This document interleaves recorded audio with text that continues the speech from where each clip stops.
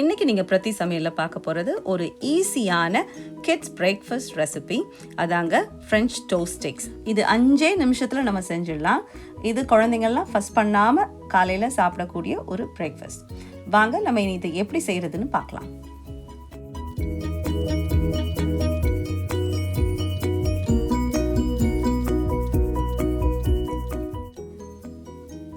இப்போது வீட்டில் 2 குழந்தைங்க இருந்தாங்கன்னா 2 முட்டை எடுத்துக்கோங்க. ஆளுக்கு 1 முட்டைன்ற மாதிரி கணக்கில் 2 முட்டைக்கு 1 கப்பு பால்.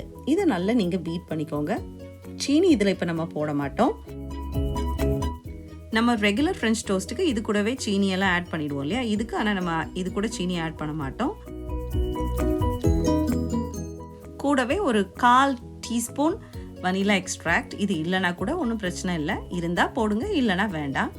இனி இது கூட 2 பிஞ்ச் உப்பு சேர்த்துக்கோங்க. ஒவ்வொரு முட்டைக்கும் ஒரு சின்ன பிஞ்ச் உப்புன்ற மாதிரி கணக்கு. அப்போ நம்ம 2 முட்டை சேர்த்துருக்கோம் இல்லையா, ஸோ 2 பிஞ்ச் உப்பு.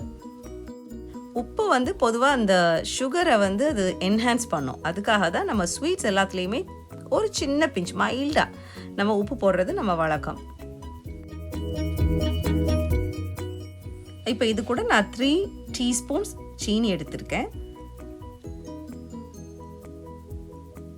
இது கூடவே நல்ல ஒரு 1/4 டீஸ்பூன் சின்னமன் பவுடர் அதை எடுத்துக்கோங்க.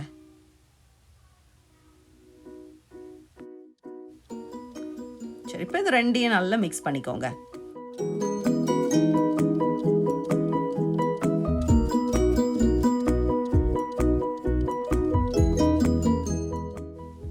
இப்போ நல்லா 4 ஸ்லைஸ் பிரெட் எடுத்துக்கோங்க. பொதுவாக இந்த ரெசிபிக்கு கொஞ்சம் பிரெட்டு காஞ்சிருந்தால் உங்களுக்கு அந்த ஷேப் நல்ல பர்ஃபெக்ட் ஷேப்பாக இருக்கும். இது எனக்கு இன்றைக்கி காய வைக்கிறதுக்குலாம் எனக்கு இன்றைக்கி டைம் இல்லை, சாஃப்டாக தான் இருக்குது என்னோடய ப்ரெட்டு. பார்க்கலாம் எப்படி வருதுன்னு. இப்போ இந்த ப்ரெட்டை இந்த மாதிரி சின்ன சின்ன ஸ்டிக்ஸாக கட் பண்ணிக்கோங்க. சைடில் இருக்க எட்ஜஸ் எல்லாம் எடுக்கணும்னு அவசியம் கிடையாதுங்க, அவ்வளோதான். சரி, இனி நம்ம பொரிக்கிறதுக்கு ஸ்டவ் கிட்ட போகலாம்.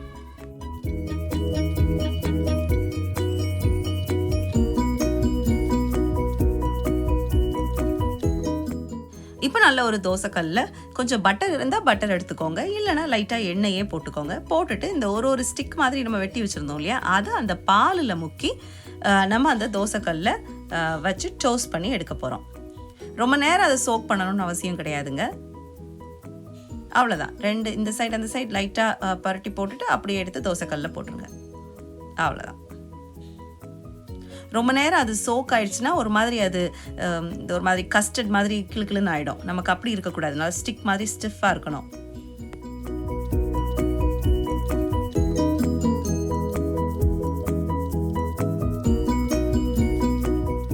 ஃப்ளேம் எப்போவுமே மீடியம்லேயே வச்சுக்கோங்க. ரொம்ப ஹையில் இருந்தால் ப்ரெட் கருப்பாயிடும், நமக்கு இந்த மாதிரி ப்ரௌன் கலரில் வராது. இப்போ ஒரு சைடு நல்லா வெந்த உடனே அடுத்த சைடு இந்த மாதிரி நல்லா திருப்பி போட்டுக்கோங்க. இப்போ நம்ம ப்ரெட்டு கொஞ்சம் காஞ்சி போய் இருந்துச்சுன்னா அந்த ஷேப் அப்படியே உங்களுக்கு இருக்கும். இப்போ இந்த கார்னர் இந்த சைடில் லெஃப்ட் சைடில் இருக்கிறதுலாம் ஒரு மாதிரி கொஞ்சம் கோணிட்டு இருக்குல்ல, இது சாஃப்டாக இருக்கிறதுனால. இது ஸ்டிஃபாக காஞ்சி ப்ரெட்டாக இருந்தால் உங்களுக்கு அந்த ஷேப் அப்படியே உங்களுக்கு இருக்கும். இப்போ ஒரு செட் எடுத்த உடனே அடுத்த செட்டையும் இந்த மாதிரி பாலில் முதல் செய்த மாதிரியே நம்ம பாலில் முக்கி அந்த தோசைக்கல்ல அடுக்கி வச்சுருங்க. இப்போ நம்ம டோஸ்ட் பண்ணி வச்ச ஒரு ஸ்டிக்கையும் இந்த மாதிரி அந்த சின்னமன் பவுடரில் நல்லா 2 சைடும் போட்டு நல்லா புரட்டி எடுங்க. அப்படி செய்கிறதுனால என்ன ஆகும்னா, அந்த சுகர் கிறிஸ்டல்ஸ் எல்லாம் அந்த டோஸ்ட்டு சூடாக இருக்கும், அந்த சூடாக இருக்கக்கூடிய அந்த டோஸ்ட் மேலே எல்லா சுகர் கிறிஸ்டல்ஸும் ஒன்றா ஒட்டி நல்லா அழகாக யூனிஃபார்மாக கோட் ஆகிடும். இதே மாதிரி மிச்சம் இருக்க எல்லா ஸ்டிக்ஸையும் இந்த மாதிரி டோஸ்ட் பண்ணி சுகரில் கோட் பண்ணி எடுத்து வச்சுருங்க. அவ்வளோதாங்க, நம்மளோட ஃப்ரெஞ்ச் டோஸ்ட் ஸ்டிக்ஸ் ரெடி.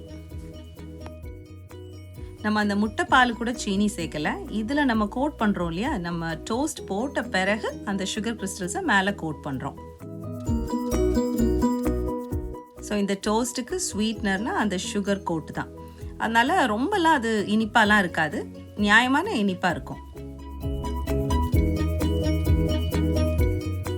இந்த டோஸ்ட்டை நீங்கள் ப்ளெயினாகவும் சாப்பிட்லாம், இல்லை உங்களுக்கு இன்னும் கொஞ்சம் கலர்ஸ் ஆட் பண்ணணும், குழந்தைங்களை அட்ராக்ட் பண்ணணும்னு நினச்சிங்கன்னா இது கூட நீங்கள் பெர்ரிஸ், வீட்டில் என்ன பெர்ரிஸ் இருக்கோ அதை நீங்கள் ஆட் பண்ணிக்கோங்க. விப்பிங் க்ரீம் இருந்தால் அதை ஆட் பண்ணிக்கலாம்.